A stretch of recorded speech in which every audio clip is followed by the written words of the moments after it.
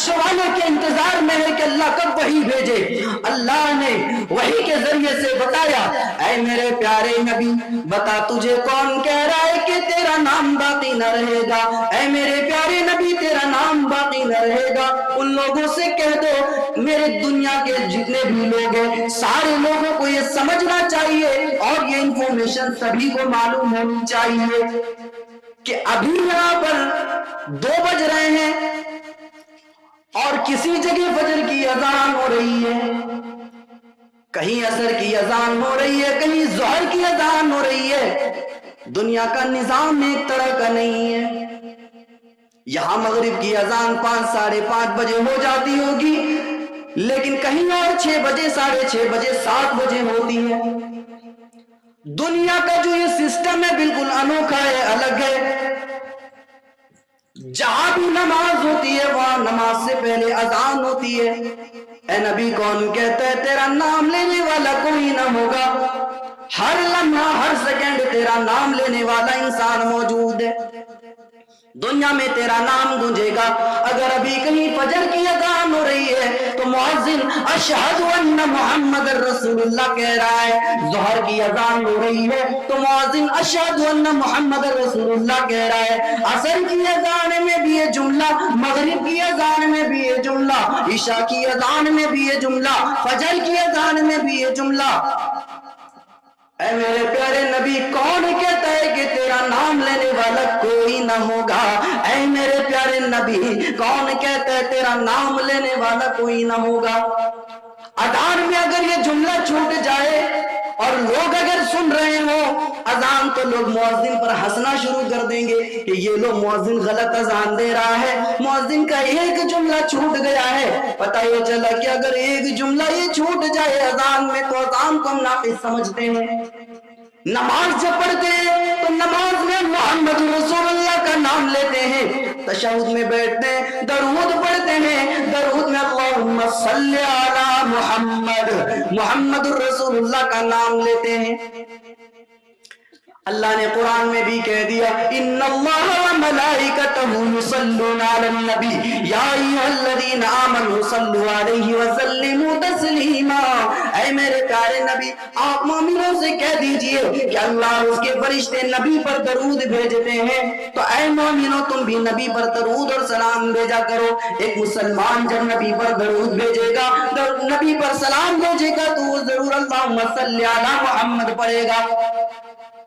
اللہ نے یہ مقام اپنے نبی کو دیا کہ اپنے نبی کا نام تھا، قیامت کی صبح تک نبی کے نام کو باقی رکھا۔ ایک سب سے بڑا مقام اللہ نے جو دیا ہے وہ یہ دیا، ورنہ آپ ہندوؤں کے ہاں جائیں گے تو کتنے ایسے مہان پروش جن کا نام ختم ہو گیا، کتابوں سے نکال دیا گیا ان کے ناموں کو۔ اب آئیے اللہ نے جو سب سے بڑی دولت، سب سے بڑا معجزہ اپنے پیارے حبیب صلی اللہ علیہ وسلم کو عطا فرمایا، اس کی طرف ہم تھوڑا بہت نظر ڈال لیتے ہیں۔ اللہ نے اپنے نبی پر جو سب سے بڑی دولت، سب سے بڑا انعام اپنے نبی کو دیا ہے وہ ہے قرآن کریم۔ اللہ نے اپنے نبی کو قرآن دیا، اور کیسا قرآن؟ وہ قرآن جس قرآن کا مثل کوئی دوسری کتاب نہیں ہے، جس قرآن کا جواب کسی دوسری کتاب کے اندر موجود نہیں ہے۔ دنیا میں انسان زندگی گزارتا ہے، انسان جب زندگی گزارتا ہے تو بہت سارے مسائل کا سامنا اس کو کرنا پڑتا ہے، ان سارے مسائل کا حل قرآن کریم کے اندر موجود ہے۔ 1400 سال پہلے اللہ نے اپنے نبی پر یہ بات نازل فرمائی کہ انسان جب اپنی بیوی کو طلاق دے دے تو بیوی کو چاہیے کہ وہ عدت گزار لے، اور عدت گزارنے کے بعد وہ پھر دوسرے ہاں نکاح کر سکتی ہے۔ 1400 سال پہلے۔ آج جب سائنس اس پر ریسرچ کرتی ہے تو سائنس کو پتا چلتا ہے کہ قرآن میں جو عدت بیان کیا گیا ہے، جو 3 حیض کے بعد عورت کو شادی کرنے کا حکم دیا گیا ہے، سائنس یہ کہہ رہی ہے کہ اس میں سارے جراثیم ختم ہو جاتے ہیں۔ اگر ان جراثیم کو ختم نہ کیا جائے اور وہ عورت عدت سے پہلے اگر کسی اور سے نکاح کرتی ہے تو آج جسے ہم ایڈس کہتے ہیں وہ بیماری ہونے کا خدشہ ہوتا ہے۔ 1400 سال پہلے وہ مسئلہ بیان کر دیا گیا جو آج سائنس بیان کر رہی ہے۔ پھر ایک آدمی قرآن کو کیسے جھوٹا کہہ سکتا ہے؟ قرآن کو غلط کیسے کہہ سکتا ہے؟ انسان پیدا ہوتا ہے، ایک قطرے سے پیدا ہوتا ہے، اللہ نے وہ قطرہ کیسے کیسے منزل بمنزل گزارتا ہے اور ایک ایک مرحلہ گزار کر جو وہ انسان کی شکل میں آتا ہے اور پھر وہ بچہ پیدا ہوتا ہے۔ اللہ نے اس مرحلے کو 1400 سال پہلے بیان کیا، سائنس آج اس کی تصدیق کر رہی ہے۔ 1400 سال بعد سائنس اس کو بتا رہی ہے۔ غور کرنے کی بات ہے، اس قرآن کو ہم جھوٹا کیسے کہہ سکتے ہیں؟ نہیں کہہ سکتے۔ اب آپ کو اور بھی چیزیں واضح ہوں گی جب میں ویدوں سے ان چیزوں کا حوالہ دوں گا۔ دیکھیے گا، اللہ نے اپنے نبی کو قرآن دیا، اور کیسا قرآن، کیسی کتاب؟ اللہ نے اپنے نبی کو وہ کتاب دیا کہ اگر ہم کوئی کتاب کسی بھی کتاب سے، رگ وید، یجروید، اتھروید، ساموید، 4 وید کی کتاب جو ہے، ہندو اس کو شروتو یعنی آسمانی کتاب سمجھتے ہیں، الہامی کتاب سمجھتے ہیں۔ جس طرح ہم 4 کتابوں کو، توریت، زبور، انجیل اور قرآن کو آسمانی کتاب سمجھتے ہیں، ہندو بھی ان 4 کتابوں کو آسمانی کتاب، الہامی کتاب سمجھتی ہے۔ اگر ان 4 کتابوں سے سوال کرو کہ اے کتابوں بتاؤ تم کب نازل کی گئی ہو، تمہارے ماننے والے لوگ تمہیں بہت ہی اعلیٰ اور نازل کیا ہوا سمجھتی ہے۔ بتاؤ تم کب نازل کی گئی ہو، اور ساری وید کی کتابیں خاموش رہیں گی۔ منسمرتی سے پوچھو خاموش، بائبل سے پوچھو وہ بھی نہیں بتا پائے گی کہ وہ کب نازل ہوا ہے۔ اور جتنی بھی ہندو دھرم کی کتابیں ہیں، منسمرتی اور بھگوت گیتا، رامائن، رام چرت مانس اور جتنی بھی کتابیں ہیں ساری کتابیں اٹھاؤ، 18 قرآن، والمیکی رامائن، اور پھر جتنی بھی اپنشد ہیں، ایشادینوپنشد اور وغیرہ وغیرہ جتنی بھی کتابیں ہیں، ساری کتابوں کو اٹھاؤ، پوچھو اے کتابوں بتاؤ تم کب نازل کی گئی ہے، ساری کتابیں خاموش۔ سوال کرو قرآن سے، اے قرآن بتا تو کب نازل کی گئی، اے قرآن بتا تو کیسی کتاب ہے؟ سب سے پہلے اس سوال کا جواب قرآن دے گا، ھدی للمتقین۔ یہ کیسی کتاب ہے کہ اس کتاب کو اللہ نے متقیوں کے لیے ہدایت بنا دیا؟ اور اس سے پہلے قرآن کا جواب سنیے، ذالک الکتاب لا ریب فیہ۔ یہ کیسی کتاب ہے کہ اس کتاب کے اندر ذرہ برابر بھی شک نہیں کیا جا سکتا، ذرہ برابر بھی ریب کی گنجائش نہیں ہے۔ ھدی للمتقین، متقیوں کے لیے راستہ دکھانے والی ہے، ہدایت متقیوں کے لیے۔ اب یہاں پر کوئی یہ نہ سمجھے کہ قرآن تو متقیوں کے لیے ہدایت ہے، ہم جیسے چوروں کے لیے ہدایت نہیں، ہم جیسے ڈاکوؤں کے لیے ہدایت نہیں، ہم جیسے شرابیوں کے لیے ہدایت نہیں، اور جو زنا کرتے ہیں زانیوں کے لیے ہدایت نہیں ہے۔ بلکہ قرآن تو دوسری جگہ یہ کہتا ہے، ھدی للناس وبینات من الہدی والفرقان۔ یہ قرآن تو ایک ایسی کتاب ہے کہ اس کتاب کو اللہ نے پوری انسانیت کے لیے، دنیا جہان کے اندر چپے چپے پر بسنے والی انسانی آبادی کے لیے ہدایت بنا کر بھیجا ہے۔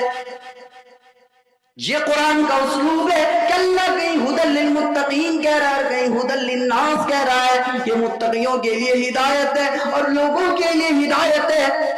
میں زیادہ پیچیدگیوں میں جانا نہیں چاہتا ہوں، اللہ نے یہ کتاب اپنے نبی کو عطا فرمایا۔ جب بات قرآن کی چل ہی رہی ہے تو میں آپ کو بتا دوں کہ ویدوں کے اندر اس قرآن کا تذکرہ موجود ہے۔ اعتراض کرنے والوں کی دنیا میں کمی نہیں ہے، کہیں گے بھئی تمہیں کیسے پتا چلا کہ یہ قرآن کا ہی ذکر موجود ہے ویدوں کے اندر، تم اس کو قرآن ہی کیسے کہہ سکتے ہو؟ وید کے اندر جو موجود ہے میں آپ کو بتاتا ہوں۔ جس کا قرآن سے زیادہ لگاؤ ہے وہ اس کانسیپٹ کو سمجھ پائے گا۔